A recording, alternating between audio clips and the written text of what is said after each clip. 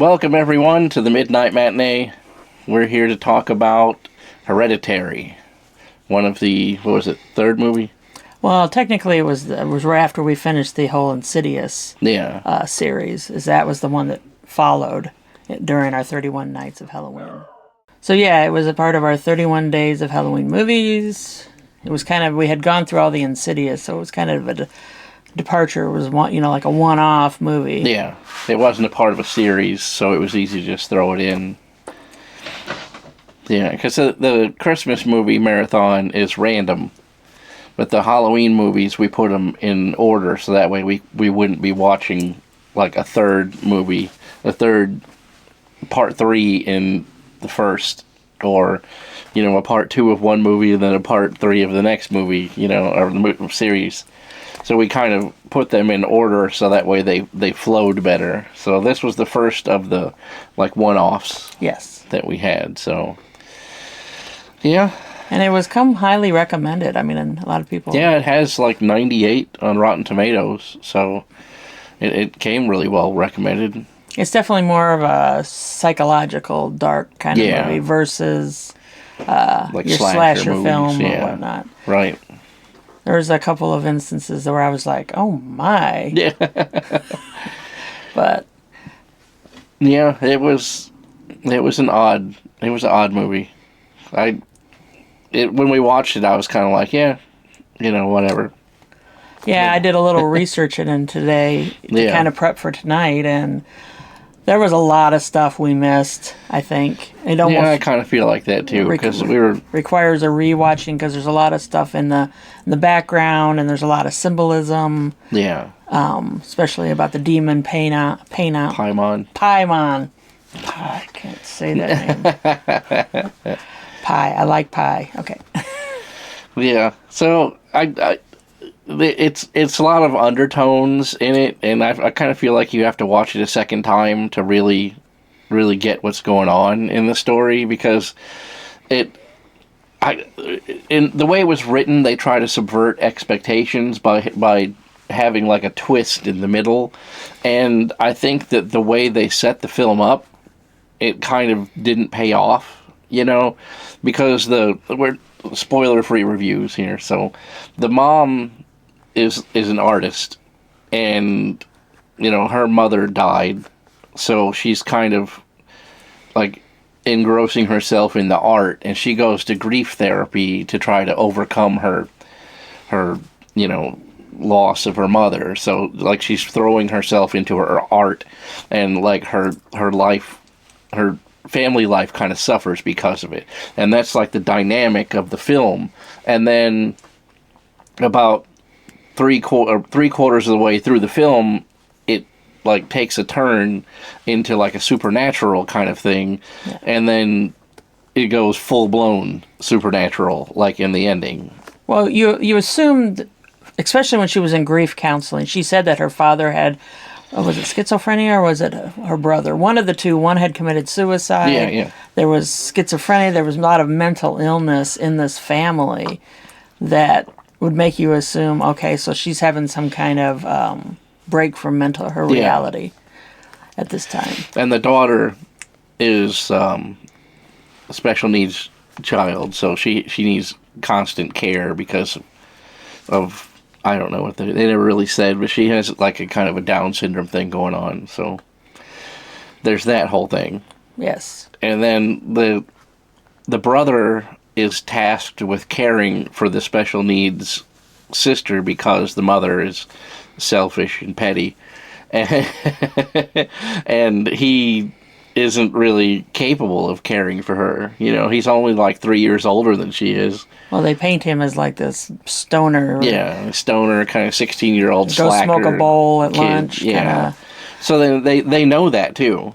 Both the parents know that he's a stoner and kind of a slacker and everything, and then yet they still put all these demands on him, and you're kind of that's really foolish, in my opinion. Which, no spoilers, but it does not help the mom's mental state, I guess is a good word for it. Yeah, it gets worse and worse and worse. And it falls into the whole demonic. Forget it. Demonic possession. Forget about it. The theme of the Halloween movies was that they were all about demonic possession. And it centers around a cult that is actually worships Paimon, who is one of the 8 kings of hell. Number 2 demon under Lucifer. And he reigns like what they said, 200 angels and spirits and whatnot. I don't remember. Legion. Yeah, he's got a whole big cacophony of people apparently. Yeah. So there's all that. But I kind of feel like they missed the mark with that because if I were to rewrite this script, I would pepper in a little bit of the paranormal in the beginning of it and kind of in the middle, so that way when the reveal of the plot twist, it's not like you're watching a whole different movie. Yeah. You know, because that's what happens in this, where you're like, is this like a high school, kids movie? Is this like, coming of age film? Like it has like dark undertones through the whole thing because it's filmed in like the house isn't real in this movie. The house they live in, it's a set. And you could tell that because of the way it's filmed. There's a lot of dolly shots and there's a lot of pans from room to room where you couldn't film that in a real house. So it kind of puts you in that mindset like that this might be like a part of her art or something. Well, and to go into art, she actually designs these little miniature scenes. Yeah. And so sometimes you're focusing on, they're showing this scene and then they pull back and it's actually the house, the real house. Yeah. Right. So she's got these different scenes of like when her mother was sick and her son in bed and all that. But her career is that she makes miniatures for like businesses, like architecture and art and things like that. So she makes these extremely detailed like scenes basically, and as part of her coping, she makes the scenes of things that happen to her, and her husband doesn't like it because he wants her to concentrate on her art and put herself into the art, so that way she's has something positive to work through. But instead she like makes intricately detailed scenes of things that are bad and then kind of like absorbs herself into something that should just be like a second you live through and then moved on with your life. Yeah. But instead she like creates an entire environment of it and then... Well, she compartmentalizing. Yeah. Well, her husband's also a psychiatrist in this movie. Actually, it's got an amazing cast. I mean, we got Toni Collette and Gabrielle Byrne and the whole bit. Right. So yeah, Toni Collette is a fantastic actress. So, I mean, what was that one where she was a schizophrenic? And she had like 18 personalities or whatever. Well, and they actually alluded that the mom actually probably had multiple personalities, which I think now is called the disorder. Can't think of what it is, but they call it DID. Dissociative identity disorder. That's what it is. Yeah. Yeah.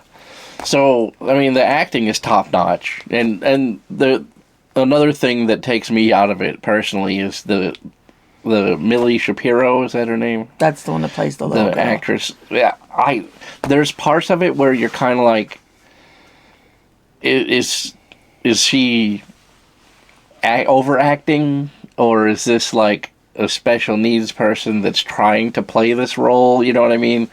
Where it's part of the movie, 100%. But there were more than a few times where I was like, what are we doing? And she would cluck sometimes. Yeah.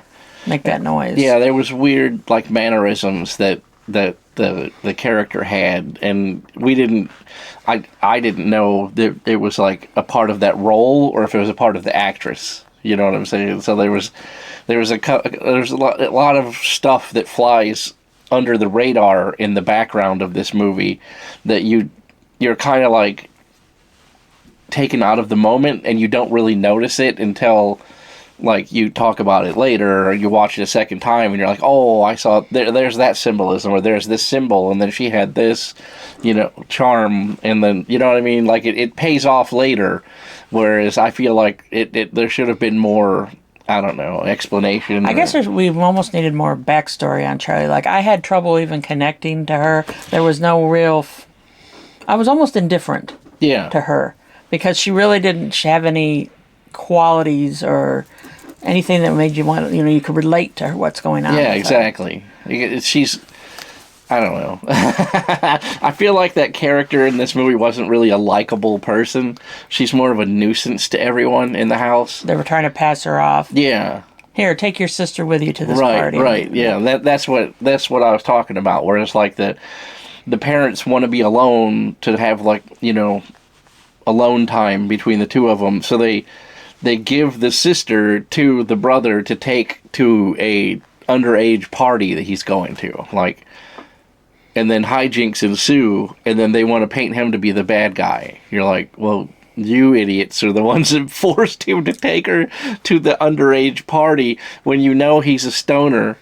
You know he's going there to do drugs, but you had him take your special needs daughter with him. Wow. Like, any judge in the world would be like, yep, that's child abuse. You're guilty. Guilty, both of you. Like, what were you thinking? Like, you know what I mean? Like, give her book and send her to her room. She sketches in this little book that she carries around with her. She's very artistic. Yeah. But some of the things that she does, you're just like, okay. Yeah. Yeah. Like, things that aren't normal, I guess would be a good word. Right. At least not in normal society. Coming from an artistic background myself, with a degree in art, I wouldn't do some of the things that she did. No, but there's some odd things going on and there's even that people have thought, oh well, maybe she's possessed and has been possessed, right? But and a lot of people were like questioning even the ending of the movie. I think, yeah, it's definitely an interesting watch. It definitely doesn't... I don't think it really fit into our type of movies. Especially after being considered, like, a lot of people, have a lot of good reviews and calling it, like, the scariest horror movie of its time. I didn't feel really scared at all in this movie. If anything, it had a few jump scares. I just felt really... Like, because you have, like, a connection for the son. What was his name? Peter. Peter. Yeah. Yeah. So you have a connection to that character because it's framed in his... The mom and the son are, like, the two main characters of this movie. And it kind of goes back and forth between, the camera following one or the other. And most of the time, it's the son that you're seeing the world through. And then there's just weird things that happen to him. And you're kind of like... Is he high, or is that the mom, or what? You know what I mean? Like, there's this doubt in the back of your mind, and then, like, the last 10 minutes of it, they're like, no, it's paranormal. Like, oh, this movie's over, though. I mean, you know what I'm saying? Like, you could have had some of that in, you know what I mean? And then their excuse is, yeah, in the post we put in a bunch of little Easter eggs through the entire movie where there was something written on the wall here, or there was a hat, or there was something out of place in this scene, like, yeah, they want you to go back and rewatch and see the little Easter eggs that kind of alludes to the story, but it's kind of a slow to start movie too. Yeah. Like, you're like, where are we going with this? And I know it's probably going pop. I don't care if I see it again. That's my opinion. That's what I said. I was like, I feel like I like psychological thrillers. Yeah. I would like to watch it again just so that I can see after I've watched the ending. Now, if I can watch it from the beginning and notice some of the other things that happened, so I would watch it again, but I wouldn't watch it a third time. I don't think. Honestly, until we were making the notes for this, I didn't even really notice a lot of the other subtext. I kind of felt like it was one of those movies like you see on the Sci-Fi Channel where they had the script up to a certain point was already done, and then the writers came back and said, hey, you know what? We need to change this and this and this in the story. And then you're like watching this movie and you're like, why, what is all this now? Like at the, at the very end, it like changes all of the whole story up to that point, and you're like, it doesn't need to exist. And it's because there were rewrites and reshoots and everything in it to try to just push it out over the finish line. And this movie kind of feels like that, like, because the end is such a departure from what the rest of the movie was, that I kind of feel like it could have been reframed in the beginning, is what I'm saying. Like, they should have, we should have explored parts of the grandmother's past earlier in the story, so that, like, the mother's putting away her stuff and finds, like, her spell book, or finds, like, an altar or something that kind of alludes to what we're going to be going to, because it's kind of a shock in the story, because the first time that you hear about the grandmother's, like, witchcraft background is at her funeral, when all of these other people that the daughter's never seen before show up to her mom's funeral. And then you find out, oh, she's actually like this grand poobah of the witch guild or whatever. You know what I mean? Like, oh, so this isn't her daughter? Like, she didn't live in the house with her mother her whole life? And then suddenly, now, you know what you know what I mean? It's like what's the mom from Bewitched? You know, like the... Samantha's mom. Yeah. I can't remember her name. But it's like that, like legit. Like, she lives with the witch her whole life, and is surprised by all of these friends that show up to her funeral that she's never seen before. Well, she was even given that eulogy at the beginning, and she was just like, you could tell that it was a strained relationship with her mom to begin with, and she's like, oh, there are so many faces here, strangers that I don't know. So obviously she never knew her mom. Right. But at all. Like, it's just, it's a weird thing. And I understand why because every movie has to have a twist. You know, it has to have some kind of shock in it now. That's like the thing. So I get it. But that trope is run out of gas in a lot of these, and especially in this genre. Because it would be like if you had the Amityville Horror, and then there was no mention of any paranormal activity until the rain started at the very end of the movie. You know what I'm saying? Like, all of a sudden, like, oh, this guy killed his whole family. Oh, there's, you know what I mean? Like, it would just dump it on you at the very end. It was like the movie had its own disassociation of ID. Right. Like, it was trying to be too many different movies at once. Yeah. Like, at first I was like, okay, is it just about mental illness? Is it about, that, we hereditary, our kids. Hereditary, the mental illness is hereditary. Yeah. Is what, yeah. But so then it turns into something completely different. Right, and then it becomes like this paranormal, witchcraft, demonolatry thing. And it's kind of like, in my opinion, it was too little too late to bring all that up at the very end. You know what I mean? Like, they should have thrown little schmanterings of it through the beginning, and in a way they kind of did, but at the same time, it's unless you're paying close attention, you're not going to pick up on everything. They sometimes even have to kind of like show you, like the word Satoni or whatever on the wall, and you're like, well, what does that mean? But they really don't. The average person, like, I couldn't tell you until I looked it up what Satoni means. Right. Yeah, well, it's like in the Conjuring, not the Conjuring, the other, it is Conjuring, the Conjuring universe. Like, when they're introducing the demon Valak, right?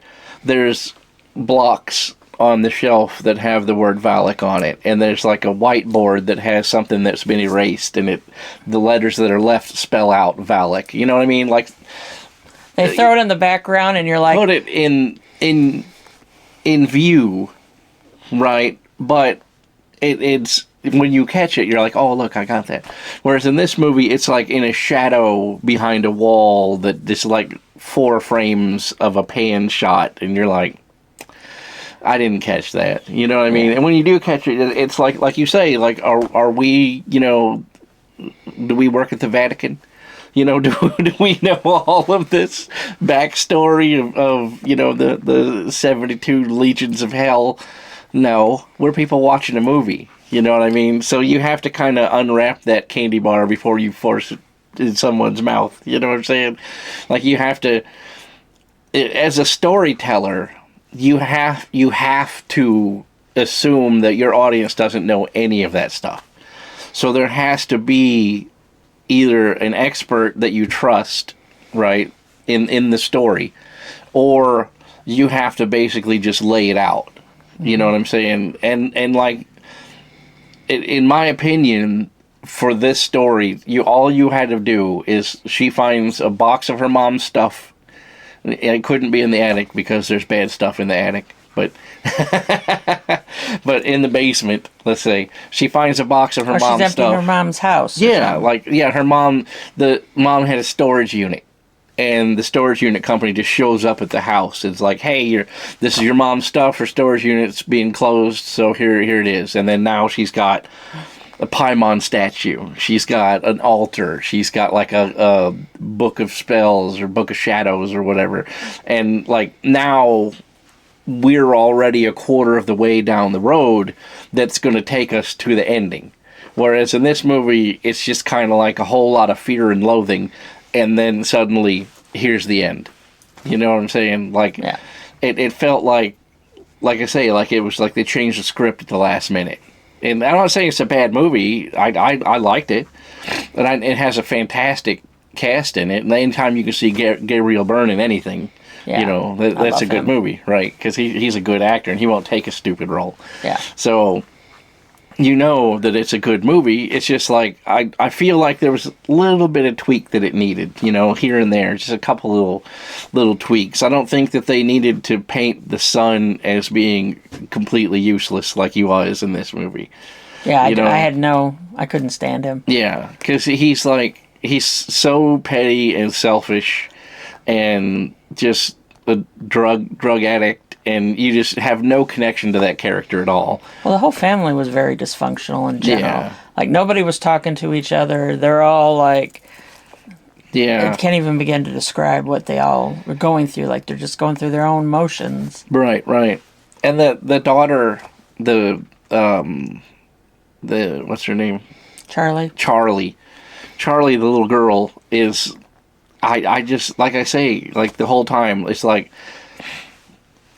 Don't force us into believing that she's a special needs person who can't think for herself or can't do anything for herself, and then you come to in the last act to be like, oh yeah, she was also possessed by the second tier of demons. Like the number 2 guy was possessing this little girl, so that's why she was awkward and dumb. Like, oh. All right then, I guess. I don't know why that had to be a thing. Like, why was it so bad? You know what I mean? Like, I understand at the end they explain it all, and we don't want to have spoilers in it, but it's like, why? It's almost too subtle. Yeah. It's too subtle for us as an average person to pick up. Right. And we even have, you know, especially him, he has a vast knowledge of demonology, yeah, paranormal. And it still kind of slid by me, yeah, you know, because it wasn't until I recognized the charm, and I saw the symbol in the attic, and I saw the symbol in other places in the movie, but I didn't put 2 and 2 together that that's what that was supposed to be. Yeah. So, you know, it was, to me, I thought it was a symbol of a cult. And then that's the way they were pushing the whole plot anyway, was that she was a part of a cult. She was the leader of a cult. And then, you know, this whole dynamic of the cult coming to like get retribution or trying to get some artifact or whatever, that kind of plays out. And then you find out, nah, it was none of that. It was all this plot twist the whole time. Yeah. So, you know. Okay. Well, let's rein it in here. Let's get back on the track. Okay. What would we rate it? I personally think it had a lot of missed opportunities. Yeah. That's the one thing that I would say, because I mean the cinematography was fantastic. The cast was fantastic. The cast nailed it. All of the acting is unbelievably good. The special effects. The special effects were really on point. And there's a lot of gory special effects in the end that were on point. Yeah. Really, really, really well done. And like you say, I wanted to give it like the blood curdling, but in the end, I think it's going to be the graveyard grind. There. Because the thing about that one is missed opportunities. Yeah, a lot of missed opportunities. And that's what I feel. I know people be, oh no, that's the best movie I've ever seen. Like I get it. It is a good movie, but it could have been so much better. Top tier if they had just made little changes through it, right? This would be like The Exorcist, in my opinion, if there had been a little more, I don't want to say dumbing down of the story, but a little more alliteration of what we're looking at a lot. You know what I mean? Like, instead of just leaving it out there, like, where you can take it or leave it, you know, like, you kind of need to hold the hand of the audience sometimes, you know, and be like, this is a spell book. This isn't a, journal that grandma kept of her dementia. It was actually, her grimoire, right? You know what I mean? Things like that would have put that little doubt in your mind at the beginning of the movie, and then when you got to the end, it wouldn't have been like, somebody's flicking the light switch on. Well, at the end, you're like shaking your head, like, okay. Yeah, because it's just like it's like one of those movies where it gets bad and then worse and then worse and then worse, and then you're kind of just sitting there in silence, like, how did it degenerate to this? Like, how did we get this far with all of this? It's just too much, and then, like, I get it, like, that's these kind of movies, right? So that's what it is. That's what the movie's dynamic is. It's like shock value. You gotta have the twist, you gotta have the shock, and the shock has to be more shocking than the last movie, you know what I mean? So it's in that genre, but eventually you end up at, like, Hostel. Yeah. Where you're just like, I need to shower after watching this movie. Like, this is just disgusting for the sake of being disgusting. So missed opportunities. Yeah. So graveyard grind. Yeah, we'll give it the graveyard grind. So what else have we're about more than halfway through our 24 nights of Christmas horror movies. Yep, we're about to go film a short right now. Yeah, I was discussing with him, I think at the end of the 24 nights, we're going to do a nice and naughty list. Yeah. Unfortunately, right now, it's leaning heavy to the naughty list. Yeah.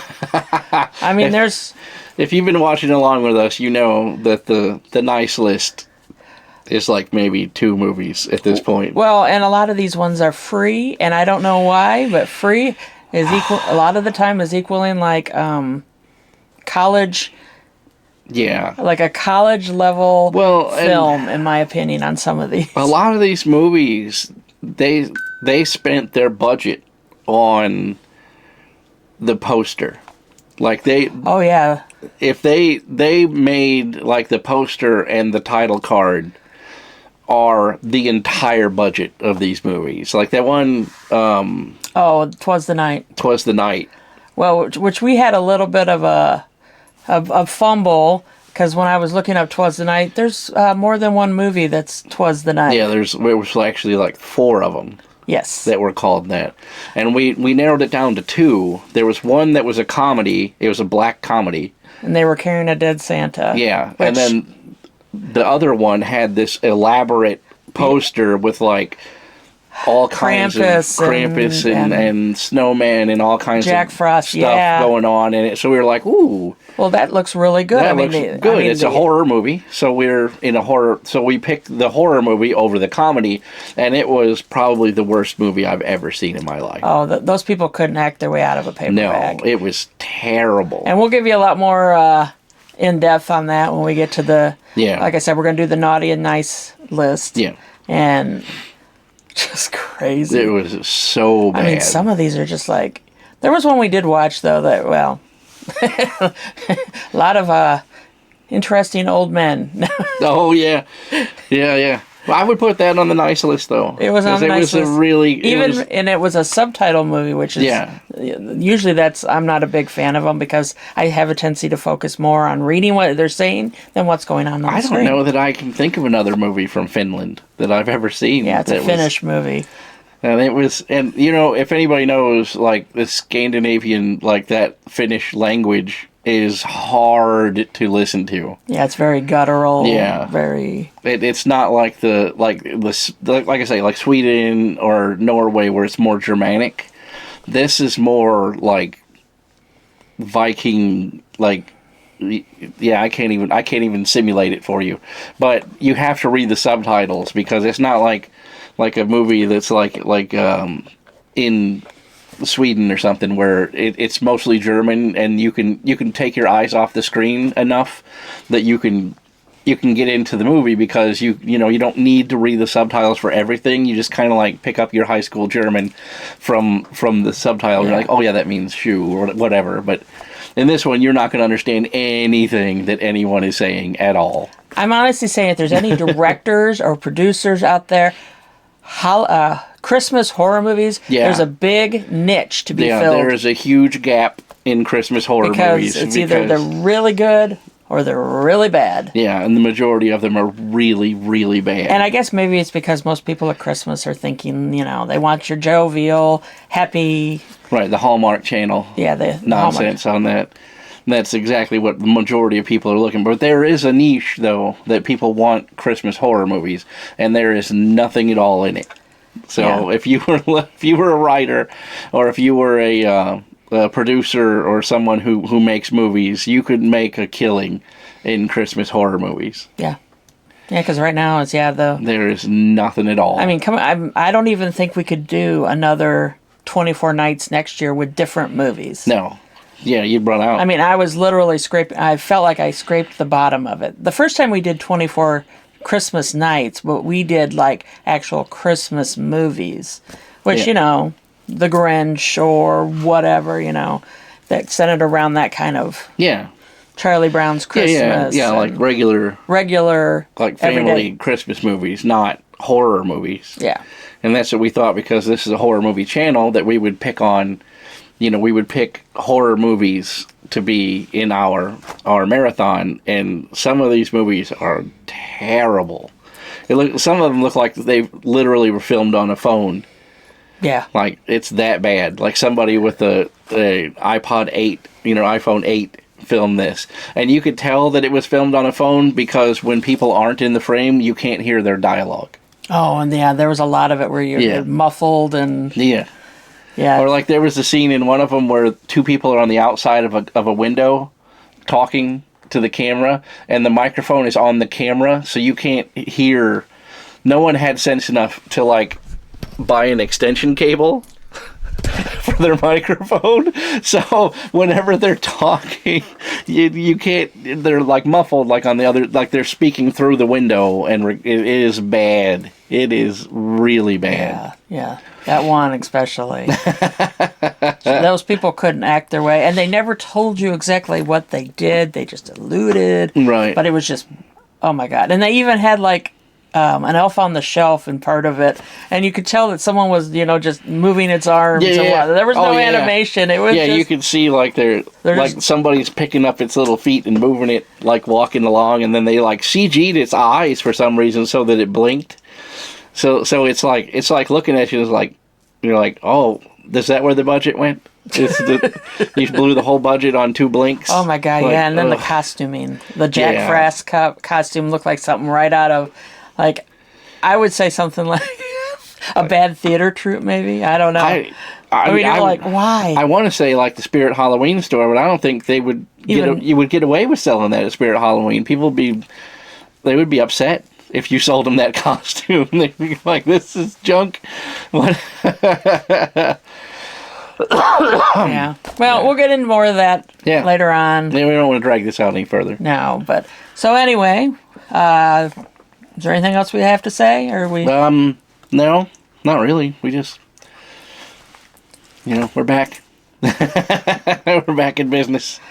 A lot going on. I was telling Yeah, I was saying that there's been at least five festivities I've gone through in less than a week and a half. So yeah. Hopefully with January things will start to slow down a bit. Yeah. Because I'm ready for a nap. Okay. All right. Well, y'all have a good evening, and we got to go up and watch another Christmas horror movie. Christmas horror movies. We're like 3 behind now. It's been a lot going on. So anyway, well, we'll see you at the movies. No. At the Midnight Matinee. We're the Midnight Madness. Join us at midnight. Right. We haven't come up with a tagline yet. We need a good tagline. Where's Todd? Todd knows always. Yeah.